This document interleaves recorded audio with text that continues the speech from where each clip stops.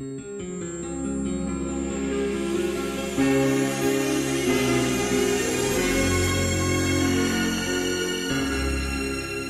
rencontre suivante pour Macbeth, l'opéra Macbeth, à l'Opéra Grand Avignon, Adrian Saint-Pétréan.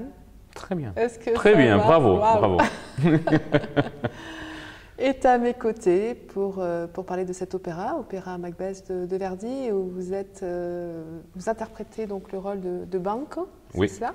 Oui, exactement. Alors, qui est-il exactement? Est-ce que c'est un ami de Macbeth ou c'est quelqu'un qui est plutôt là pour le trahir, pour être près de lui pour ses propres intérêts? Qui est-il? Plus pour l'aider, parce qu'au début, Banquo, en général, il est un ami de Macbeth. Mais après, quand Macbeth, après on se petit rendez-vous avec le sorcière dans la forêt, et quand le sorcière dit à Macbeth qu'il va être roi, et il commence à avoir ce rêve de pouvoir. Et Banquo voit ça et il cherche en fait de le faire oublier ça, parce que c'est l'être humain qui est très faible quand on parle de pouvoir, d'avoir un très grand pouvoir. Et c'est pour ça que Banquo, c'est en fait la personne qui essaie d'équilibrer. C'est lui qui, jusqu'à la fin, il va, pas jusqu'à la fin, parce qu'à la fin, il sache que Macbeth a tué le roi et tout ça. Mais on peut dire qu'il est le bon personnage, une bonne personne. C'est un bon personnage, mais il laisse sa vie finalement. Il laisse sa vie, il meurt à un moment donné. Oui, c'est pour ça que c'est souvent que les bonnes personnes meurent avant les autres, c'est ça. Ouais. Parce que c'est même pour ça, parce qu'il était, pour ce rêve de pouvoir de Macbeth, il était à un certain moment, il était devenu un problème. Parce que les sorcières aussi disent, quand elles disent à Macbeth qu'il va être roi, elles disent aussi à Banquo qu'il ne va pas avoir le pouvoir de Macbeth, mais il va être plus heureux et que ses fils vont régner un jour. Et c'est ça le problème de Macbeth, après qu'il a tué le roi. C'est comme un carrousel qui ne finit jamais. Parce que si on a déjà fait les premiers pas sur une rue qui va vers la perdition de l'être humain, on ne peut que continuer. Et c'est ça le problème de Macbeth. Après qu'il a déjà tué le roi, il pense que bon, je l'ai déjà fait une fois, alors je dois tuer aussi Banquo et son fils, et après Macduff qui menace mon pouvoir, et c'est comme une avalanche, ça vient comme ça. Qu'est-ce que ça résonne en vous, la musique de cette œuvre-là? La musique, c'est Verdi, c'est de très belle musique, ça me plaît beaucoup. C'est aussi un opéra très fort, parce que le sujet est très fort, et c'est pas comme les autres opéras de Verdi, où il a en fait l'histoire d'amour et tout ça. Ici, c'est très noir, c'est très dur, c'est beaucoup de violence, du sang, En fait, je crois que ces opéras, en fait, c'est une bonne combinaison parce que c'est Verdi avec Shakespeare. Alors, c'est bien. Mais oui. C'est plus un opéra de stratégie, quelque part. C'est plus un opéra d'analyse sur l'être humain, je crois. Sur la société telle qu'elle est aujourd'hui encore. Oui, c'est ça. C'est toujours plus ou moins la même chose. Bon, maintenant. Oui, maintenant on tue moins. Oui, on tue moins comme ça. Voilà.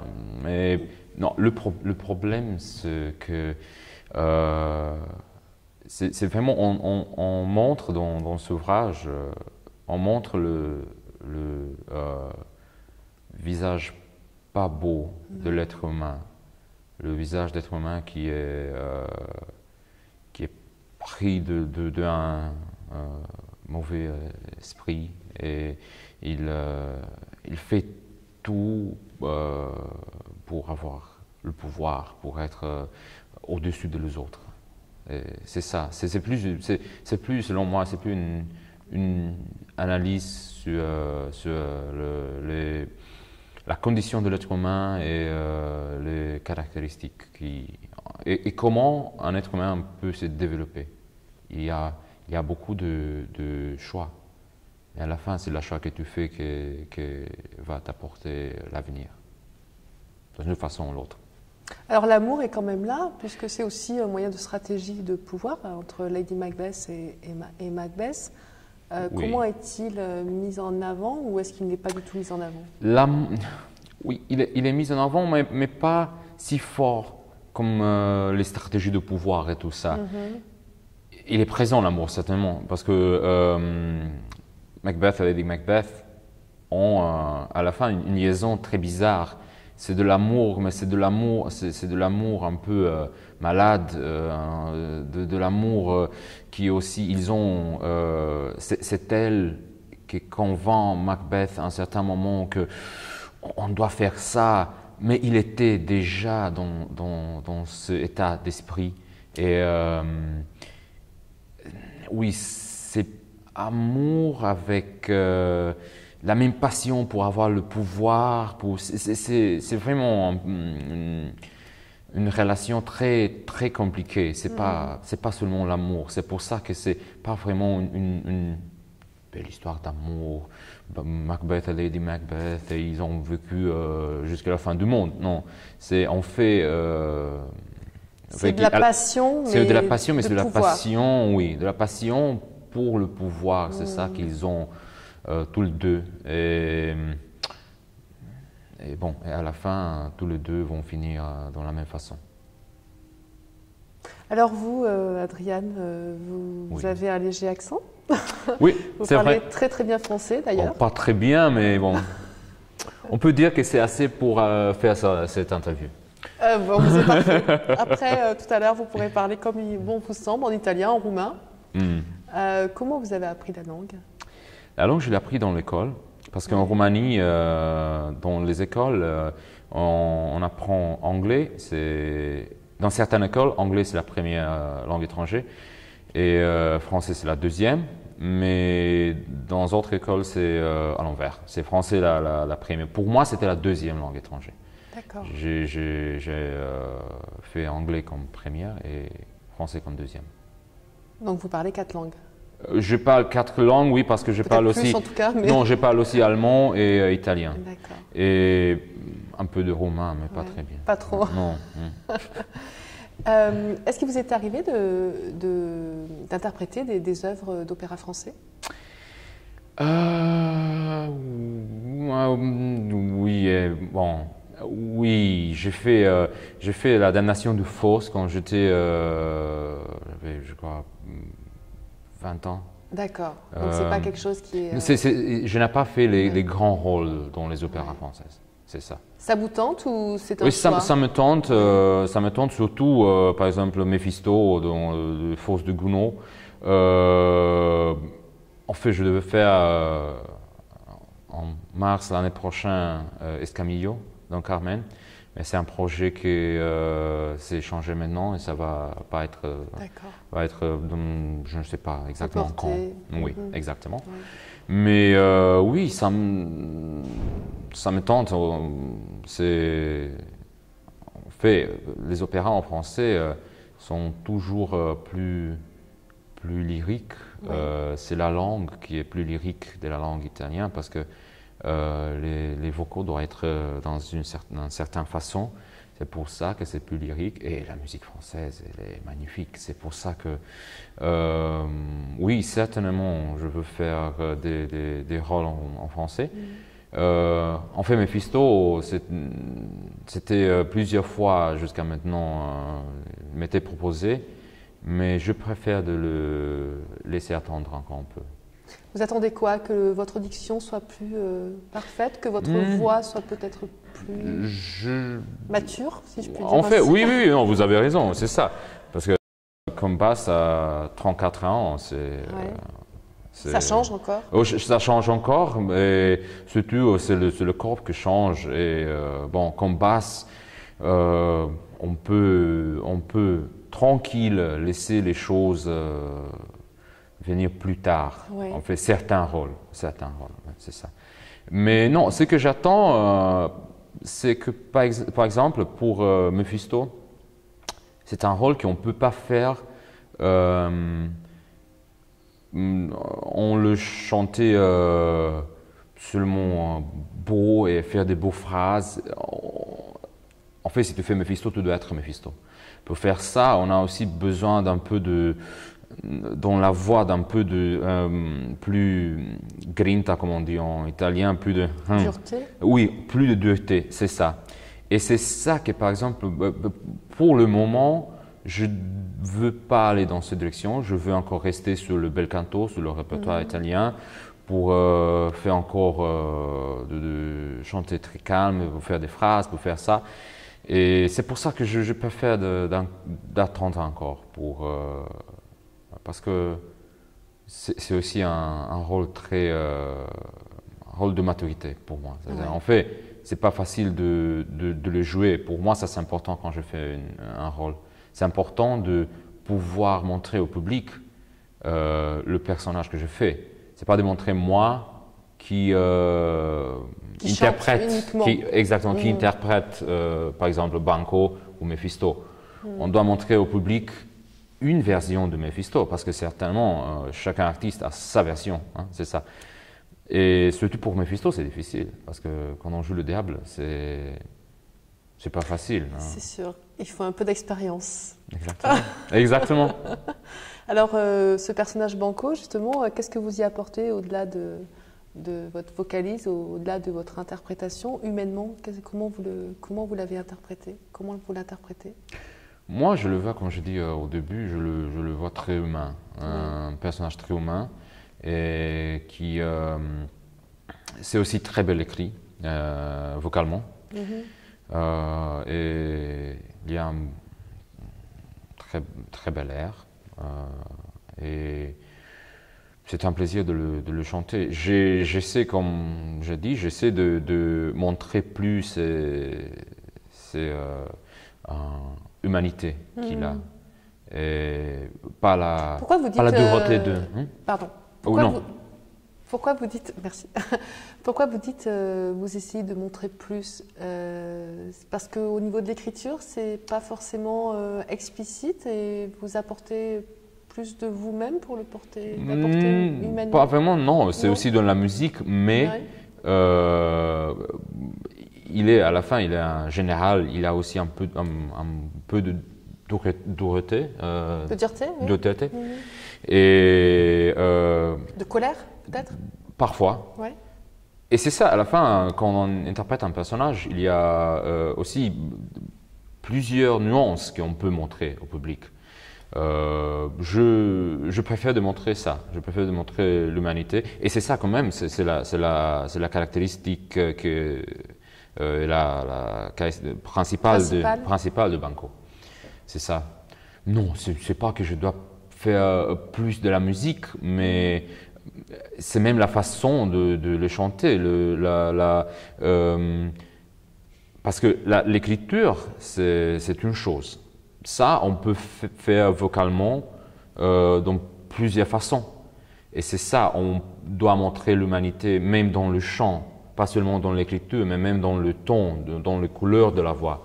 C'est ça, c'était ça. Qu'est-ce que vous faites quand vous ne chantez pas? Pas beaucoup de choses parce que je n'ai pas beaucoup de temps, mais... Tant mieux. Parfois, on a aussi besoin de temps pour soi-même parce que nous vivons seulement une fois, non? À la fin. Je crois, oui. Ouais. Bon. Je ne peux pas dire merci de le confirmer parce que ce n'est pas une bonne nouvelle, mais à la fin, bon. Non, ce que j'essaie de faire beaucoup de sport. J'aime beaucoup prendre ma voiture et aller dans les montagnes. Ça, c'est là. Et, en Roumanie, en France, en Italie? En Roumanie, oui, même en France, mais je n'ai pas ma voiture ici. Bon, j'étais déjà allé dans les montagnes en France. On peut le voir. Dimanche, je suis été aux Deux Alpes. D'accord. Non, j'aime beaucoup les montagnes. Oui, et aussi, j'écoute beaucoup de musique, mais dans mon temps libre, c'est pas l'opéra que je... Quel registre vous écoutez? Rock. D'accord. Mais le rock classique, le rock des années 80-90. C'est ça que je peux faire. Qu'est-ce qui vous lie avec la France hors votre carrière artistique? Bon, Roumanie, comme pays, a une très forte liaison avec la France. C'est un pays francophone. Après, c'est la langue qui est une langue latine. Et je crois qu'il y a beaucoup de similarités entre les Roumains et les Français. C'est la façon de vivre, la joie de la vie, c'est ça. Ce sont les choses qui, pour moi, sont importantes. Est-ce que vous aimez la cuisine française? Ah oui, certainement, oui. Toujours, la première chose le premier plat que je mange quand j'arrive en France, c'est le tartare de bœuf. D'accord. Ouais. Une belle confidence, merci beaucoup. De rien. C'était pas un secret. Alors vos projets, Adriane, après Avignon Après Avignon, c'est Tokyo. Ah oui. Oui. Après Avignon, c'est un concert à Tokyo, en fait, dans le festival de printemps. Un concert d'air et de duo avec des autres collègues. Et après, je veux avoir une représentation de Don Carlo, où je vais interpréter le roi Philippe II dans ma ville, à Cluj, en Roumanie. Et ça, c'est pour moi une représentation très spéciale parce que c'est chez vous? Parce que c'est chez moi, parce que c'est un des rôles les plus importants pour un basse, parce que c'est la première fois que je le chante à Cluj, parce que j'ai vu mon père le chanter plusieurs fois sur cette scène. Il y a plusieurs de raisons pourquoi ça c'est un moment spécial pour moi. Après, c'est Rome pour Viaggio a Reims, Rossini. Et après, à Düsseldorf pour Don Carlo de nouveau. Et après, cette année, je vais avoir les vacances dans l'été. Et ça, c'est très bien. Et après, c'est le festival Enescu dans Bucarest, en Roumanie. Après, c'est... comment est-ce qu'on dit Vénétien en français? Venise. Venise, ah, c'est ça. Venise, Prague. Et je crois que c'est ça pour l'année. Les vacances, c'est rare pour un artiste parce que vous dites enfin, pour vous en tout cas, c'est... Enfin pour l'été, parce que depuis 2013, je n'ai pas eu de vacances dans l'été parce que je fais toujours des festivals. Et cette année, enfin, je peux faire vraiment les vacances de me reposer. Parce qu'en 2013, je suis allé aux arènes de Vérone. Après, en 2014, j'étais à Aix-en-Provence. 2015-2016 à Salzbourg. Et cette année, c'est pour ça que je dis finalement. Parce que j'aime beaucoup aussi, j'aime beaucoup mon métier, j'aime beaucoup chanter. C'est vraiment une passion pour moi. Mais j'aime aussi avoir mon temps libre pour me reposer, pour avoir la joie de recommencer de travailler. Est-ce qu'il y a une influence, vous le ressentez vocalement, lorsque vous rentrez de vacances? Oui, on doit commencer, pas dans les moments où on a la première répétition, on doit recommencer de chanter 2 semaines en avant, parce qu'on doit se remettre un peu en forme. C'est comme un sportif, plus ou moins. Hein. On doit un entraînement. Un entraînement, oui, c'est ça. On ne peut pas aller directement sur la piste et faire 100 mètres. On doit déjà commencer peu à peu. Ça dépend. Combien de temps on ne chante pas? Si on ne chante pas 2 semaines, c'est pas un problème. Si on ne chante pas un mois, alors on doit le prendre peu à peu. Merci beaucoup, Adrien. Merci à vous. En fait, je crois que c'est mon premier interview complètement en français. Bravo. Oui, c'est un moment important. Hein. Bravo pour votre français. Merci. Bravo pour votre diction. Non, merci. Et merci beaucoup. Merci à vous. Merci.